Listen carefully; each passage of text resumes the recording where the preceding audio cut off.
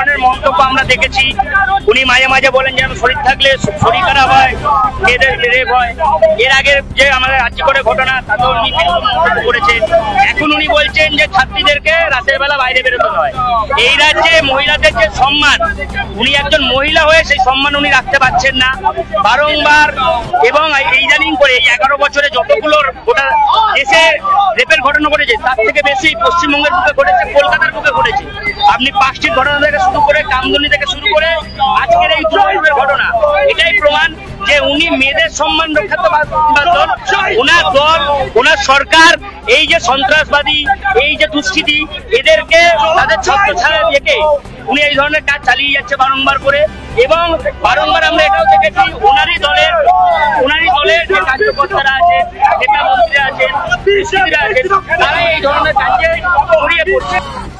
দুর্গাপুরে যে অমানবিক ঘটনা ঘটেছে ছাত্রীটির সঙ্গে, সেই বিষয়ে মুখ্যমন্ত্রী যে বলেছিলেন মেয়েদের রাত্রিবেলা বেরোনো উচিত নয়, এবং দুর্গাপুরের ওই ছাত্রীটির ব্যাপারে মিথ্যে কথা বলেছিলেন স্বয়ং মুখ্যমন্ত্রী যে 12টার পর নাকি মেয়েটি বেরিয়েছিল। আসলে কলেজ থেকে মেয়েটি বেরিয়েছিল খাবার খেতে তার বন্ধুর সঙ্গে 8টার সময়। শান্তিপূর্ণ প্রতিবাদ করছিলাম ভবানীপুর চত্বরে, ভবানীপুর অঞ্চলে, এবং তাই মমতা বন্দ্যোপাধ্যায়ের দলদাস পুলিশের খুব গায়ে লেগেছে যে তার মালকিন, যিনি ক্রিমিনালদের পক্ষেই বারবার জানান দিয়েছেন, তার বিরুদ্ধে, তার মিথ্যাচারের বিরুদ্ধে কোনো কথা বলা যাবে না। আমরা তার অপদার্থতা নিয়ে, তার জঙ্গল রাজ নিয়ে, ক্রিমিনালদের পোষণ করা নিয়ে, এবং যে শেখ বাবুরা, যে 3 জন শেখ বাবু ধরা পড়েছেন দুর্গাপুরে, তারপরেও আরো কিছু লোক মিসিং, তার বিরুদ্ধে যখন প্রতিবাদ জানাচ্ছি, যেটা ভারতীয় গণতন্ত্রের কাজ, বিরোধীদের কাজ, তখন আমাদের কার্যকর্তাদের মারধর করে অদ্ভুতভাবে এই প্রিজন ভ্যানে তোলা হল।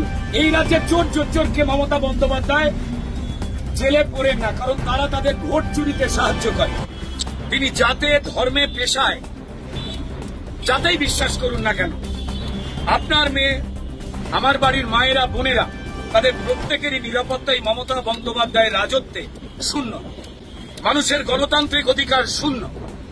তো তাই আপনার মেয়েদের সব দোষ মানুষের, তৃণমূল যা করে চলেছে সেটাকে সমর্থন করতে হবে, না হলেই ক্রিমিনাল বাইরে, আর যে কোনো সুস্থ মানুষ তারা হয় এই প্রিজন ভ্যানে, নয় জেলে।